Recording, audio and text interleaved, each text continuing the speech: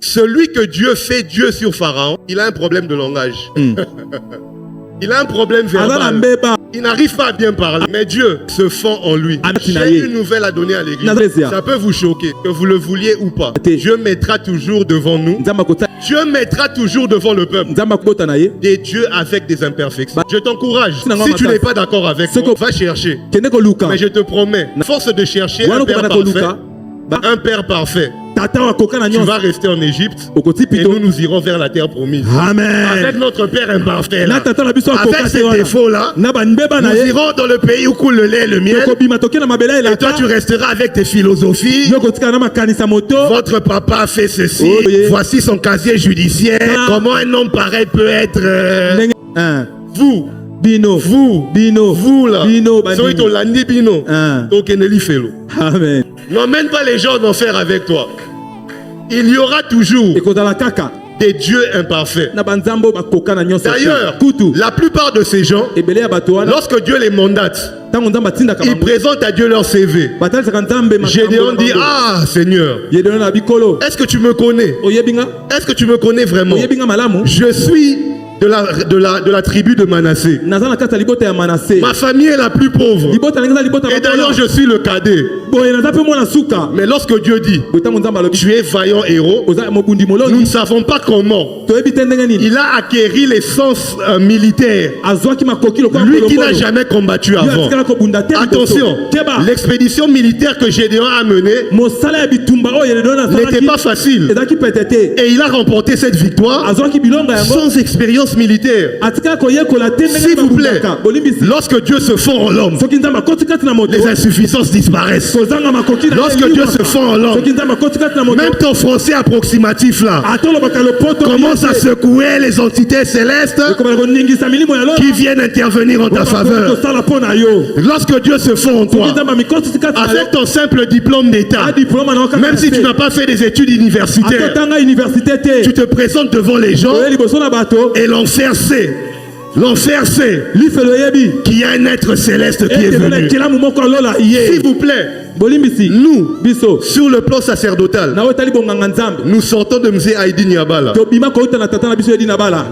Moi personnellement, c'est Osborne, Aïdi Niabala, Ngunz, Léopold Mutombo. C'est ça mon arbre généalogique. Papa Aïdi Niabala, ses vidéos sont sur YouTube. Il était en train de démystifier les Blancs en Europe. Et aux États-Unis. Est-ce qu'elle parle français? Gloire à Dieu. Mais aujourd'hui, regarde ce que sa lignée a produit. Des puissants généraux de Dieu. Cherche un Dieu parfait, tu resteras en Égypte. Accepte que dans la divinité, Dieu est capable de mettre ses mains sur des gens qui ne sont pas parfaits. Dans les églises aujourd'hui, nous avons des gens qui parlent de David et de ses grands exploits. Mais si David était ton contemporain, tel que je te connais, tu allais organiser des séminaires pour dire aux gens de ne plus aller dans son église parce qu'il a pris la femme du riz. Ah, laisse-nous tranquilles. Amen. Laisse-nous tranquilles. Oh. Amen. Si le Créateur n'a pas de problème avec nos insuffisances, toi la créature, pourquoi tu mettras la lumière sur elle? Alléluia. Les propriétaires ne parlent pas de ça. Même lorsqu'on vient les présenter, d'ailleurs ils nous nomment encore. Il ajoute d'autres titres spirituels dessus. Mais nous avons des agents physiques du diable qui décident que Siméon ne peut pas être pasteur à cause de telle réalité. Alors que la même personne a un casier judiciaire plus sérieux que le mien. Dans ce cas, ne lisons plus les épîtres de l'apôtre Paul, lui qui persécutait les chrétiens. Dans ce cas, Ne parlons plus d'Abraham comme un père dans la foi. Parce qu'il n'a pas attendu le fils de la promesse. Il allait coucher avec sa femme de ménage. Si c'est le cas, fermons nos Bibles, allons chercher des perfections chez les pères. Alléluia. Avance, pasteur. Gloire à Dieu. Quelle prédication. Vous aurez toujours des pères avec des imperfections. Vous aurez Jacob qui boitille. Tu peux le critiquer pendant qu'il marche. Tu dis, ah mais comment ce papa ici marche de cette manière? Vous pouvez vous moquer de lui. Mais seul lui-même a le secret du fait que cette histoire-là fait sa force spirituelle. Les faiblesses de nos pères produisent notre force. N'oublie jamais cela. Parce que les erreurs du père sont aussi un escalier pour le fils. Ce ne sont pas des tapis pour que tu puisses marcher dessus et laisser tes sales pattes derrière. Mais ce sont des escaliers pour t'aider à arriver à la gloire. Alléluia. Donne-moi un bon amen. Amen. Donne-moi encore un bon amen. Amen. Donne-moi un amen retentissant. Amen. Merci Seigneur. Alors écoute-moi bien. Je veux chuter.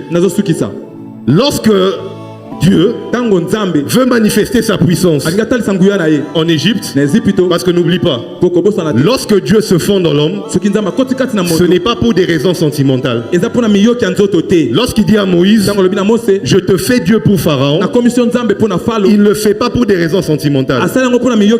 Il le fait pour des raisons spirituelles. À cause de la spiritualité de Pharaon qui est devant lui. C'est la raison pour laquelle Aaron avait tapé à côté en fabriquant le veau d'or. Parce que ce Dieu avait été fait pour des raisons sentimentales. Mais Moïse avait été fait Dieu pour affronter une spiritualité satanique.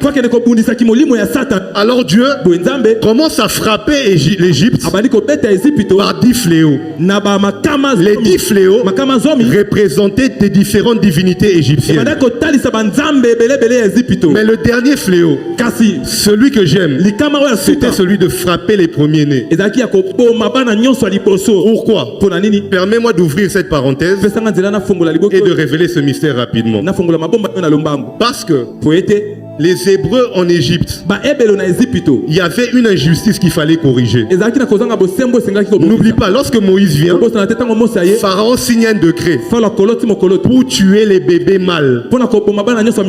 Et ces bébés mâles étaient jetés dans le Nil. Et comme Dieu n'oublie jamais, comme Dieu ne permettra jamais que ceux qui l'appartiennent puissent vivre de manière impunie, le dernier coup, la prise de finition pour en finir avec les Égyptiens, c'était aussi de toucher les premiers-nés. Parce que dans le monde spirituel, lorsque tu touches à la prunelle de Dieu, de l'œil de Dieu, Dieu touchera aussi à ceux qui étaient précieux. Je parle à tes ennemis ce soir. Celui qui osera te toucher, Dieu touchera à son trésor. Amen. Celui qui osera pointer son doigt sur toi. Parce que la seule erreur que Dieu a commise, c'est de te choisir et non pas de les choisir. Si c'est la seule erreur que Dieu a commise, de te faire grâce et de lui donner une autre grâce que lui n'a pas encore identifiée pour lui-même. Celui qui te pointe du doigt, que le doigt de Dieu le pointe aussi. Que celui qui osera te faire perdre le sommeil la nuit, que le Dieu des cieux descende de son trône, intervienne et touche à ce qui est précieux pour tes ennemis. Parce que le premier fils, c'est l'héritage. Lorsque Dieu frappe le fils aîné de Pharaon, ça veut dire que spirituellement et physiquement, il n'y a plus d'héritier. S'il n'y a plus d'héritier, ça veut dire que la richesse n'a personne personne à la récupérer. Dieu a fait cela afin que Genèse 15 s'accomplisse. Sache que tes descendants après toi seront captivés dans un pays qui n'est pas le leur. Mais lorsqu'ils sortiront avec des grandes richesses, parce que toutes les personnes qui pouvaient être un obstacle à l'acquisition de ces richesses, je vais les éliminer. Alors je déclare à la porte des cieux que les ennemis entre toi et ton mariage disparaissent au nom de Jésus. Que les ennemis entre toi et ton argent, avant que je ne dépose le micro, qu'ils disparaissent et qu'on ne les voit plus jamais. Parce que Moïse est devenu Dieu. Et lorsqu'il parle, les êtres célestes se mobilisent. Au moment où je parle, avec l'onction qui est dans cette maison, oh, je sens sa présence. Les êtres célestes sont dans ce lieu et ils sont en train d'identifier les personnes victimes d'injustice. Ils sont en train d'identifier les personnes qui ont été mis derrière alors qu'ils ont des qualités pour être numéro 1. Je décrète aujourd'hui que le Dieu du ciel rétablit la conformité. Tu n'es plus Jacob, tu es Israël. Ah, quelqu'un ne m'a pas entendu. Tu n'es plus Jacob, mais tu es Isha, la femme de Dieu. Si on te touche, c'est Yahweh Sabaoth qui va descendre. Alors j'aimerais que quelqu'un lève sa main, lève tes deux mains avec une sainte colère. Imagine toutes les injustices dont tu as été victime. Imagine chaque fois où tu étais à deux doigts de saisir tes trésors et quelqu'un venait les récupérer. Tu fais un pas en avant, 10 pas en arrière, 2 pas en avant, 15 pas en arrière. Pense à ces moments-là. Pense à la personne qui est entre toi et ta destinée. Et envoie le feu du Saint-Esprit pour consumer cette personne qui sponsorise ta pauvreté. Lève ta voix et parle. Toute personne qui sponsorise ta pauvreté, ton malheur, ta crise, envoie-lui le feu, envoie-lui le feu, envoie-lui le feu.